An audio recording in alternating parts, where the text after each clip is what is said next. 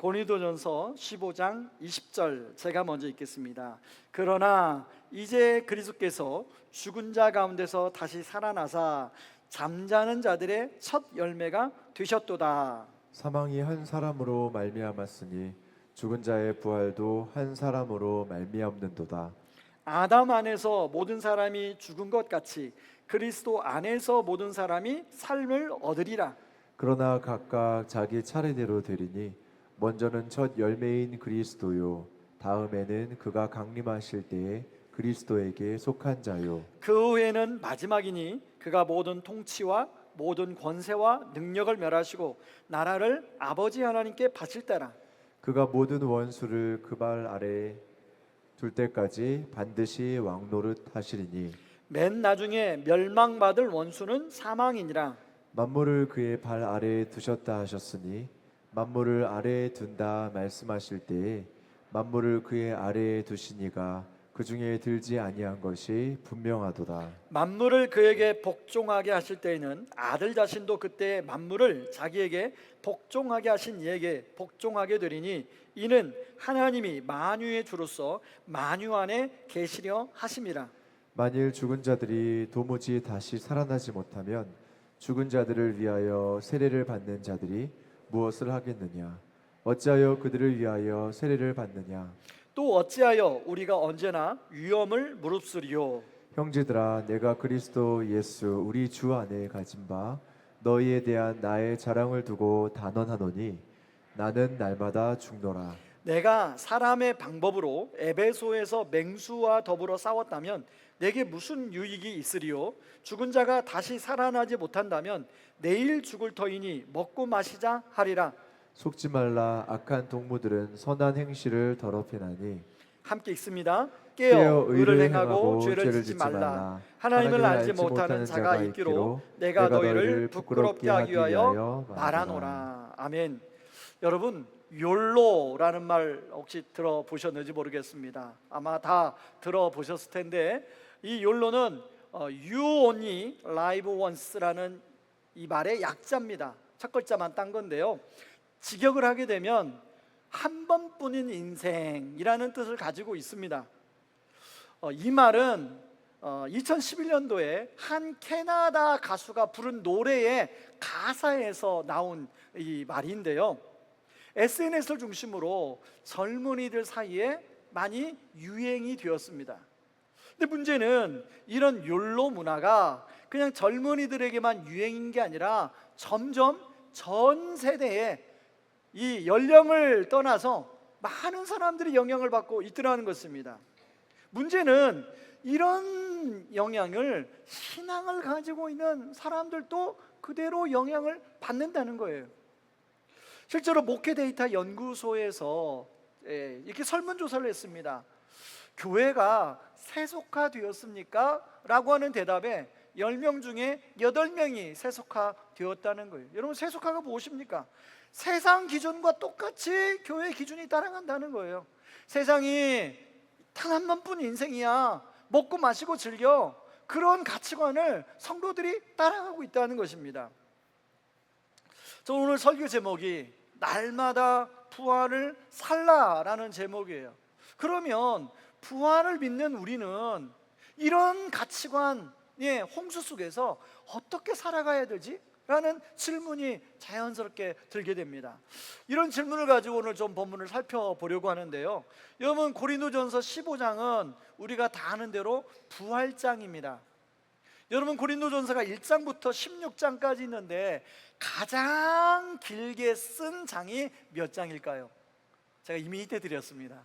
15장이에요. 1절부터 58절까지 나옵니다. 그렇다면 바울은 왜 여러들 장 중에 고린도전서 15장을 가장 길게 썼을까? 왜 그럴까요? 중요하니까. 여러분, 고린도 교회는 여러 가지 문제들이 있었습니다. 뭐 은사의 남용 문제, 또 성적인 문제, 뭐 등등 기타 여러 문제가 있었어요. 그런 문제들이 많은데 가장 중요한 문제가 부활을 의심하고 부활 신앙에 흔들리는 문제를 바울이 포착했다는 것입니다. 여러분, 12절에 보면 이런 사람도 있어요. 부활이 없다고 주장하는 사람이 있는 거예요. 야, 부활 그런 게 어디 있어? 부활은 그냥 꾸며낸 이야기고 상상 속의 이야기고 신화 같은 이야기지, 그런 걸 믿어? 이렇게 주장하는 사람이 있었다는 거예요. 자, 그런데 문제는 부활을 믿던 성도들마저 그런 말을 듣고 흔들리게 됐다는 것입니다. 그리고 어떤 사람들은 그래, 나 부활은 교리적으로 믿겠는데 지금 나와 그게 무슨 상관이 있어? 아마 여기 계시는 분들도 그렇게 생각할지 모르겠습니다. 자, 그 당시 고린도 교회 성도들이 이렇게 영향을 받았던 이유는 두 가지가 있는데요. 하나는 현실적인 이유가 있었습니다. 이 고린도 성도들에게서의 죽음은 굉장히 일상적이었어요. 여러분, 지금은 우리가 연세가 누가 돌아가셨다 그러면 적어도 85세가 넘습니다. 이제 고령화 시대가 됐어요. 그래서 사람들이 이 생명이 잘 이게 죽음이 이렇게 가까이 있지 않아요. 어쩌다가 누가 돌아가셨더라 이렇게 느끼지. 그 당시는 평균 수명이 30대 중반이었습니다. 여러분, 1928년도에 페니실린이 나오기 전까지 모든, 특히 유럽의 평균 연령은 30대 초반에서 중반이었어요. 특히 1세부터 5세까지 영유아의 사망률은 굉장히 높았습니다. 제가 일제강점기 때 우리 조선시대 말기에 우리나라의 평균 수명을 살펴보니까 우리나라도 30대 중반이었어요. 그러니까 죽음이 자고 일어나면 누가 죽은 거예요. 여러분, 그 당시에는 시족 공동체로 모여 살았잖아요. 자고 일어나면 이모가 돌아가시고, 자고 일어나면 외삼촌이 돌아가시고, 자고 일어나면 형제가 죽고, 자고 일어나면 동생이 죽고, 자고 일어나면 부모님이 돌아가시고, 이런 일이 그냥 일상이었어요. 일상. 그러니까 여러분, 실제로 사람이 죽으면 어떻게 됩니까? 죽으면 끝인 거예요. 이것을 피부로 느끼고 살아갔다는 거예요. 그런가 하면 두 번째 요소는 뭐냐면 문화적 요인이 있는데요. 여러분, 고린도는 항구 도시로 굉장히 향락의 도시였습니다. 특히 이 고린시안이라는 영어 단어는 성적으로 타락하다라는 단어가 지금도로 사용될 정도로 이 고린도 교회는 쾌락과 향락의 도시였어요. 특히 32절에 보면 뭐라고 나오냐면 먹고 마시자, 내일이면 죽을 텐데, 이런 말을 사람들이 농담처럼 얘기했어요. 농담처럼. 일상적인 대화의 친구끼리 야, 먹고 마셔, 뭐 내일이면 우리가 죽을지도 몰라. 여러분, 이게 실감이 되십니까? 실감이 되세요?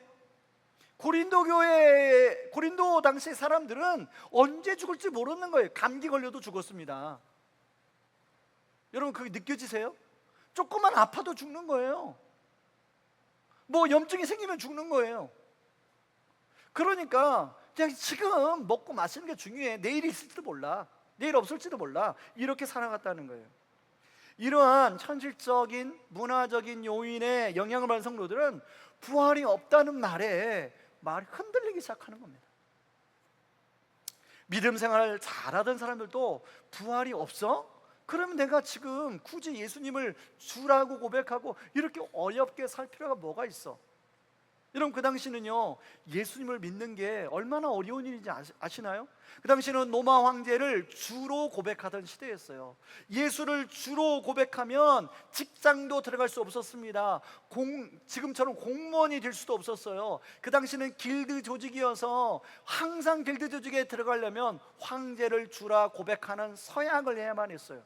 그리고 그 서약을 한 번만이 아니라 주기적으로 해야만 했어요. 그러니까 예수 믿는 사람은 직장에 들어갈 수가 없는 거예요. 정상적인 삶을 살 수가 없는 거예요. 그러니까 부활이 없다고 하는데 굳이 내가 이 고생을 하고 살 필요가 있나? 라고 생각을 했다는 것입니다.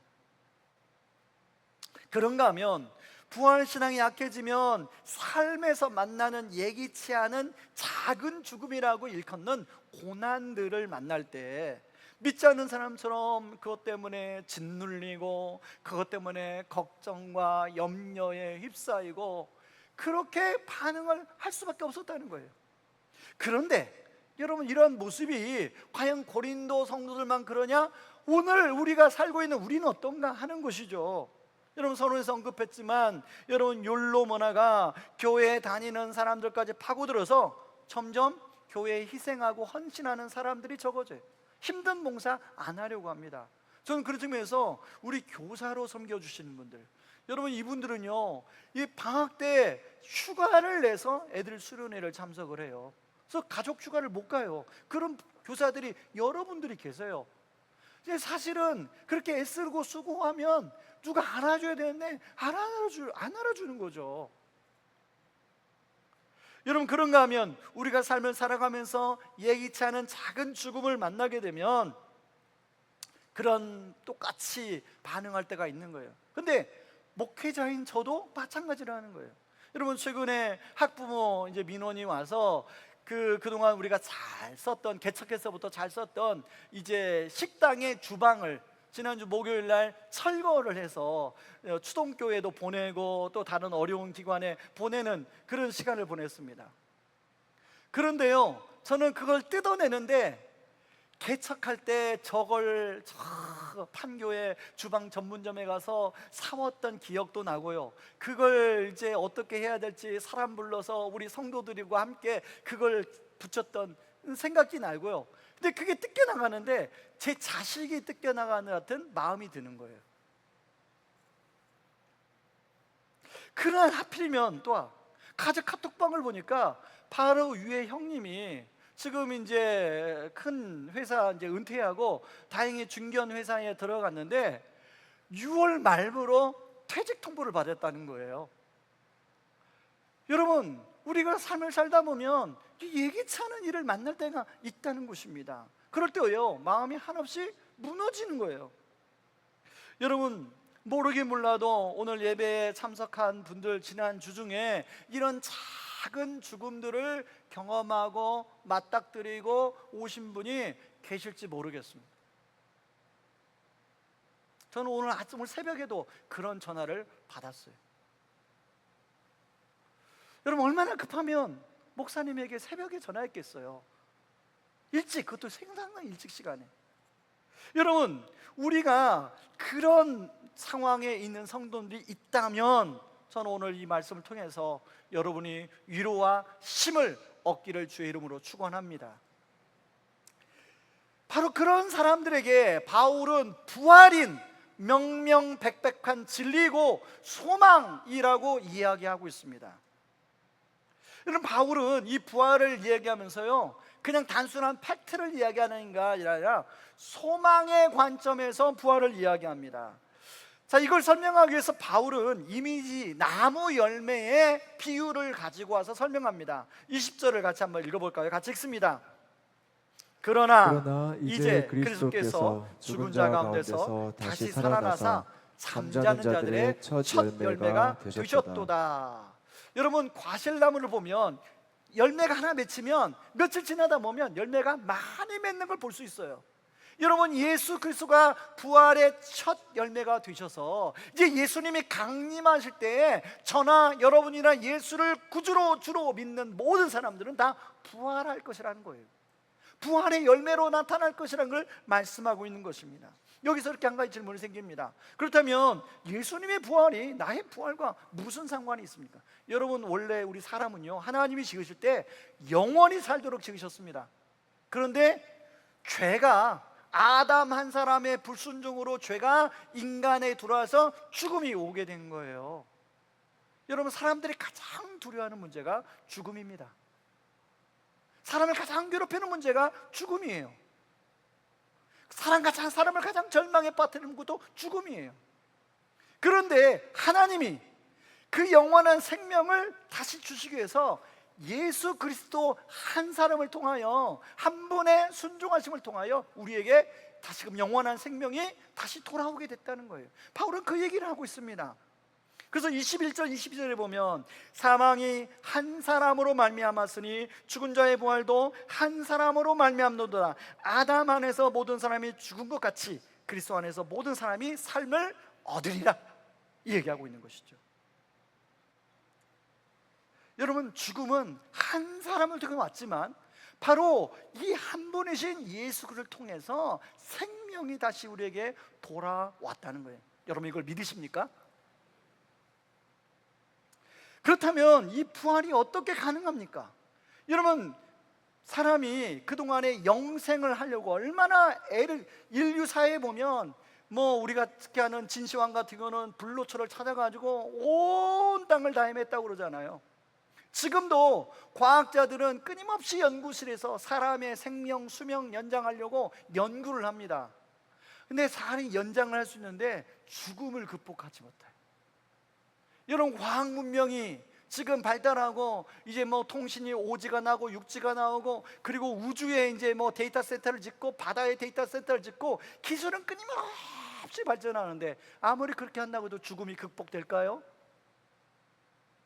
이 죽음에 극복하는 문제는 하나님이 주신 방법으로만 가능했다는 거예요.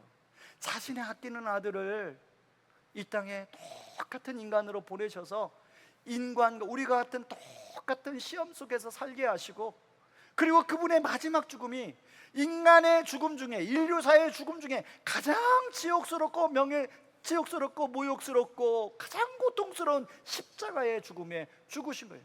예수님보다 더 지옥하게 죽은 사람이 있다면 나와보라고 그래요. 없어요. 근데 죽음으로 끝난 게 아니라 그분이 그 죽음을 이기시고 3일 만에 부활하셨다는 거예요. 그렇게 통해서 하나님이 그 십자가와 부활을 믿는 사람들에게는 그 부활이 그 사람의 부활로 선물로 주셨다는 거예요. 여러분, 부활은 수능 점수 몇 개 푼다고, 공부 열심히 한다고, 자격증 몇 개 딴다고 부활이 얻어지는 게 아니라, 머리가 똑똑하다고 그 사람만 부활 주는 게 아니라, 뭐 큰 돈이 많다고 그 사람만 부활 주는 게 아니라, 딱 한 가지, 예수님의 죽으심과 부활을 믿는 사람만이 그 사람이 부활할 수 있다는 것입니다. 여러분, 이 부활을 믿으십니까? 이 부활이 여러분의 부활이 되어야 되는 거죠. 그러므로 부활은 하나님이 당신이 사랑하는, 그리고 당신을 사랑하는 사람들에게 주신 선물이라는 거예요. 여러분, 이걸 아셔야 돼요. 하나님의 선물이에요. 그리고 뭐라고 하냐면, 이 부활의 날, 곧 예수님이 오시는 마지막 날이 온다는 거예요. 마지막이 있다는 거예요. 여러분, 그 마지막 때 놀라운 일이 일어나는데요, 그동안 사람들을 두렵고 괴롭혔던 사망 권세가 멸망당해요. 그날 24절 26절에 보니까 그리스도께서 모든 통치와 권세와 능력을 멸하신다고 나옵니다. 그리고 26절에 이렇게 선언해요. 맨 나중에 멸망받을 원수는 사망이니라.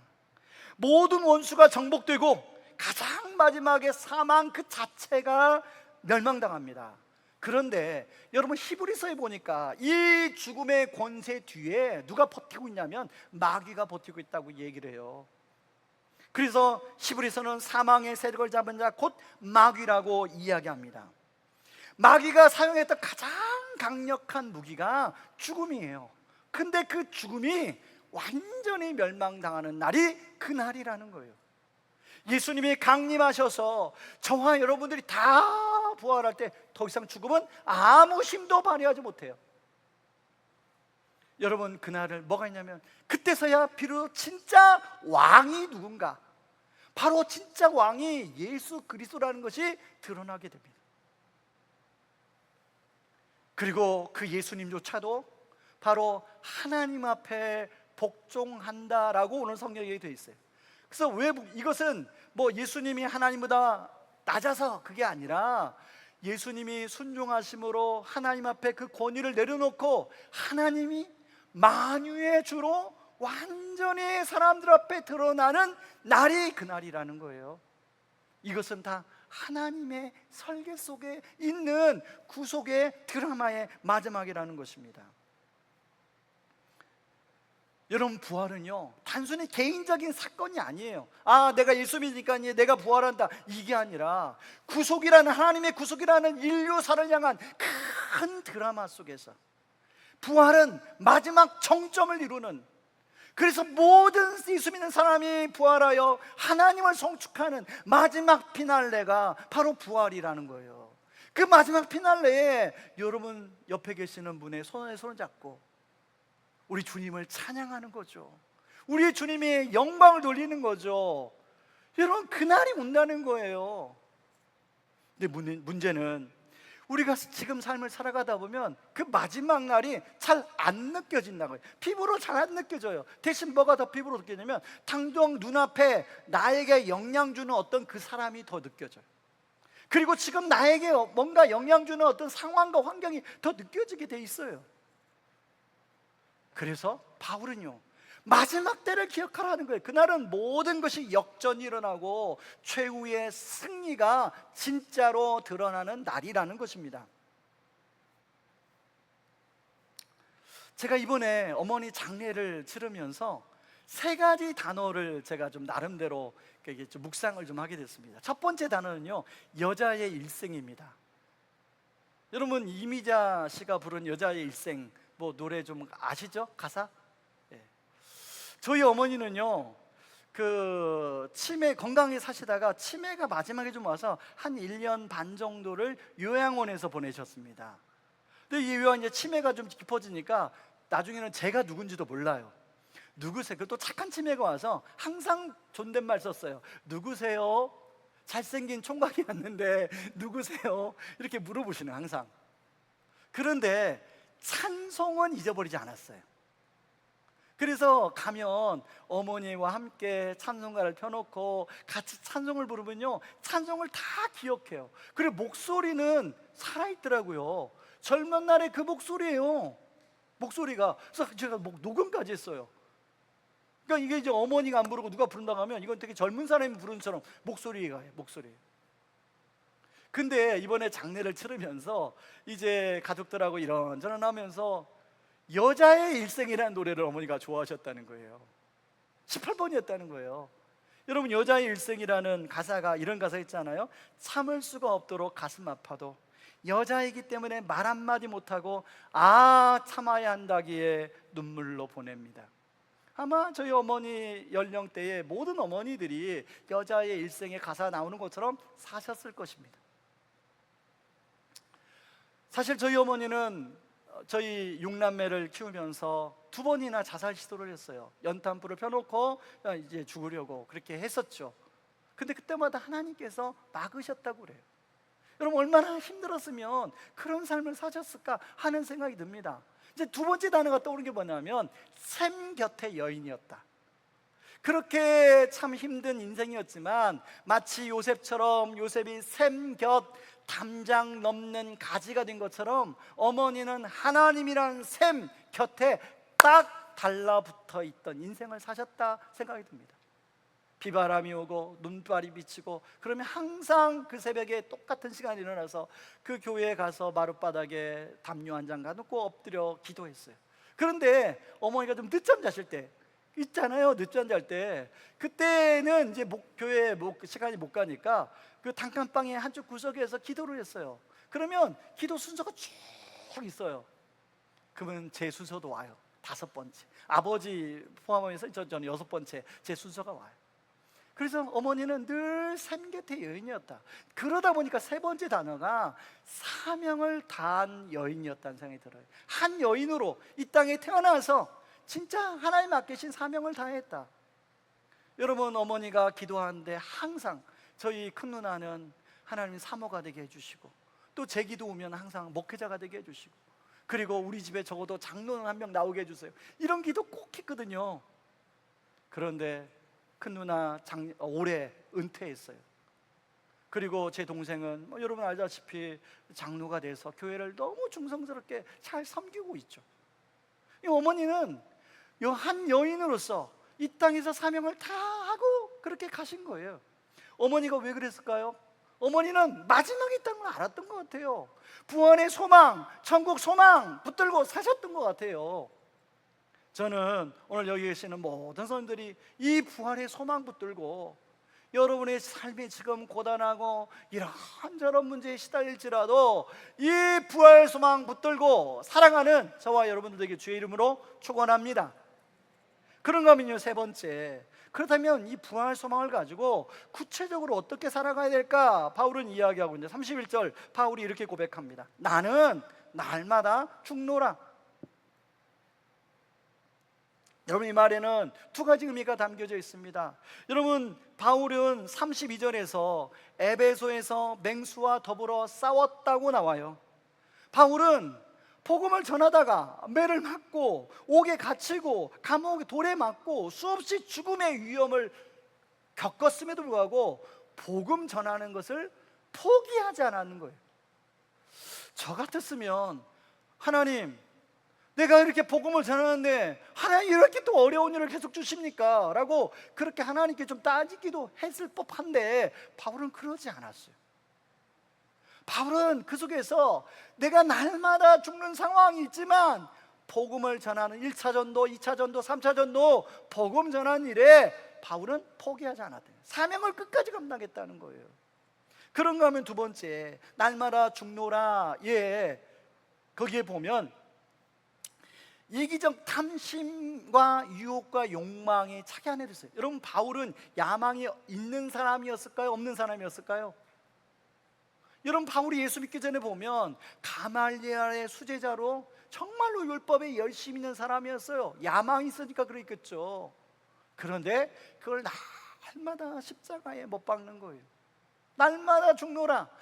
내 인간적인, 때로는 자기 의가 올라올 때가 있잖아요. 날마다 죽노라. 십자가 대신 내가 죽으면 내 안에 예수 그리스도가 살아나는 거예요. 제가 이 말씀 묵상하다가 오래전에 읽었던 허운석 선교사님의 내가 왕 바리새인입니다라는 책이 있어요. 그 책에 좀 내용을 살펴봤더니 그 책에 이런 내용이 나와요. 예기치 않은 고난을 만날 때 바로 주님이 나를 가장 사랑한다는 사인으로 여겨라. 그때야말로 주님의 십자가를 깊이 맛보는 시간이다. 주님과 깊은 연합을 누릴 수 있는 절호의 찬스다라고 이야기를 해요. 이분은 그 아마존에서 평생을 선교사로 보내면서 그렇게 살았던 사람인데 이제 대장암이 걸리고 또 다시금 재발을 하고 그런 과정 속에서 주님을 깊이 만나서 쓴 책이에요. 여러분, 우리는 어때요? 예기치 않은 고난을 만나면 하나님 왜 이러십니까? 하나님 왜 그러세요? 내가 지금 작년에 얼마나 하나님을 위해서 이렇게 했습니까? 왜 그러십니까? 이렇게 반응하잖아요. 그런데 뭐예요? 예기치 않은 고난을 만날 때 바로 주님이 나를 가장 사랑하는 사인으로 여겨라. 여러분, 혹시 예기치 않은 고난을 만나셨습니까? 그런 분이 계십니까? 주님이 지금 나를 가장 사랑한다는 거예요. 옆에 있는 분에게 다시 한번, 우리 형제님 자매님, 주님이 형제님 자매님을 정말 사랑하십니다. 이렇게 한번 축복해 주세요.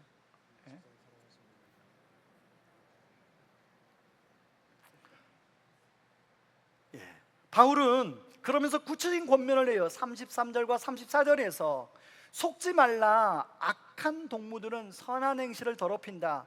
여기서 악한 동무들은 1차적으로 부활을 부정하는 사람들을 말합니다. 근데 오늘의 우리에게 악한 동무가 무엇입니까? 사람마다 다 악한 동무 다르겠지만 한 번뿐인 인생 그냥 즐기자. 어차피 남들 다 즐기는데 이왕 우리가 한 번뿐인 인생인데 그냥 살아가자. 사명 그런 게 어디 있어? 사명은 몰라. 그냥 우리 가족 건사하고 우리 가족끼리 행복하게 살아가는 거야. 저는 이게 악한 동무라고 생각해요. 많은 사람들이 하나님이 우리를 그냥 창조하지 않으셨다니까요. 여러분을 단순히 그냥 창조하지 않았어요. 여러분이 단순히 이 땅에 태어나게 하신 게 아니에요. 하나님이 각자에게 주신 사명이라는 게 있어요. 하나님은 우리가 그 사명을 완전히 이 땅에서 다 감당하기를 원하세요. 그럴 때 진짜 하나님이 기뻐하시겠죠. 여러분, 악한 동무는 그 사명을 잃어버리고 사는 게 그냥 이렇게 사는 거지. 인생이라는 게 별거 있어? 여러분, 인생이라는 게 별거 있습니다. 마지막 날에 별게 나와요. 바울은 이렇게 말하면서 뭐라고 하냐면 내가 너희를 부끄럽게 하려고 말한다라고 이야기합니다. 이것은 책망 같지만 사랑이 담긴 책망이죠. 부활을 고백하면서도 세상 사람들처럼 살아가는 고린도 성도를 향하여 부끄러움을 느끼고 너희들이 진짜 마지막까지 물론 생존도 감당하지만 생존을 넘어 사명을 위해 살아가는 너희들이 됐으면 좋겠다고 말을 하는 겁니다. 말씀의 결론을 맺겠습니다. 여러분, 우리는 입으로 부활을 고백하고 정작 삶은 율로의 소리에 영향받는 삶을 살고 있지 않습니다. 저 역시 그렇습니다. 학부모의 민원으로 정든 식당과 창고를 비워주면서 처음에는 걱정이 많이 들었어요. 그러나 부활을, 이 말씀을 다시 묵상하고 보니까 이것은 결코 사역의 축소가 아니에요. 그동안 학교에서 허락해 주셔서 너무나 잘 사용해서 감사하다는 말이 나오더라고요. 저는 오늘 예배 이렇게 드려지는데요, 이렇게 예배를 드리는 게 너무 감사한 거예요. 여러분, 그렇지 않습니까? 여러분, 우리가 지금 북한에 태어났다가 지금 북한에 산다고 생각해 보세요. 예배를 드릴 수 있나요? 없어요. 이렇게 예배를 드릴 수 있는, 주일을 맞아서 하나님 앞에 예배를 드릴 수 있는 것 자체가 너무 감사한 거예요. 여러분, 오히려 깨어서 우리가 주님의 선한 일과 하나님 나라를 위하여 살아가는 저도 되고 여러분도 되고 우리 교회가 됐으면 좋겠어요. 그래서 이 부활 소망 붙들고 마지막 날에 주님 주실 상급도 기대하고 그렇게 정말로 멋지게 날마다 부활을 살아가는 우리 성도님들이 되기를 주의 이름으로 축원합니다. 이 시간에 다 같이 일어나셔서 우리 찬양하고 기도하기를 원합니다. 주 안에 있는 나에게. 여러분, 찬송가 370장인데요, 저희 어머니가 자주 불렀던 찬송가 중에 하나입니다. 같이 찬송하겠습니다.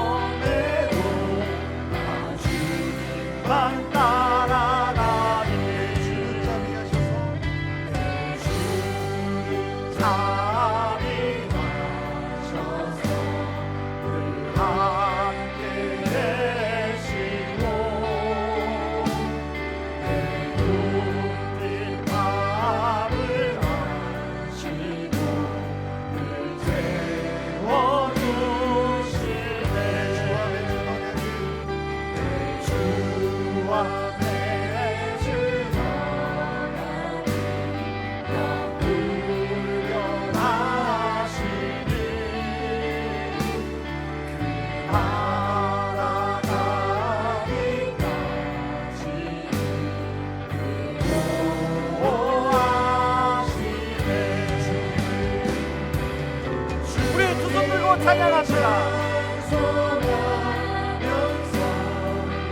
할렐루야, 할렐루야. 내 앞길 걸고 오늘도 나 주님 맞다. 한 번 더 주님을 찬송하면서, 주님을 찬송하면서 할렐루야, 할렐루야. 내 앞길 걸고 오래도 주만 따라가리. 우리 두 손을 모으고 같이 기도하기를 원합니다. 하나님, 내가 입으로는 부활을 고백하고 머리로는 부활을 믿지만 하나님, 정작 작은 죽음 앞에, 어떤 손해 앞에서 세상 사람처럼 염려하고 걱정하고 흔들렸음을 고백합니다. 주 안에 있는 나에게 땅 의심이 있으랴 고백한 그 찬양처럼 없던 풍랑 가운데서도 흔들리지 않는 믿음을 주옵소서. 날마다 우리의 기적인 탐심과 욕망을 십자가 앞에 내려놓고 세상에 취해 잠들지 않고 깨어를 행하며 생존을 넘어 각자에게 맡겨진 사명을 온전히 감당케 하여 주시옵소서. 우리 같이 한번 기도하며 나아갑니다. 기도하겠습니다. 고마우신 하나님 아버지, 고마고 감사합니다. 아버지 하나님, 아버지 흔들리지 아니하고 아버지 아버지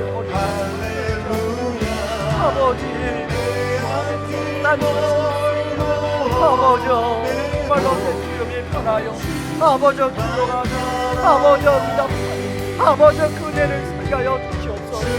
하나님 아버지 아버지 제가 내가 올라오고 아버지 하나님 감시 아버지 나는 생각이 십자가에 못 박게 하여 주시고 아버지 주님을 위하여 그를 위하여 아버지 아버지 사명을 감당하여 아버지 제가 우리가 위하여 주시옵소서.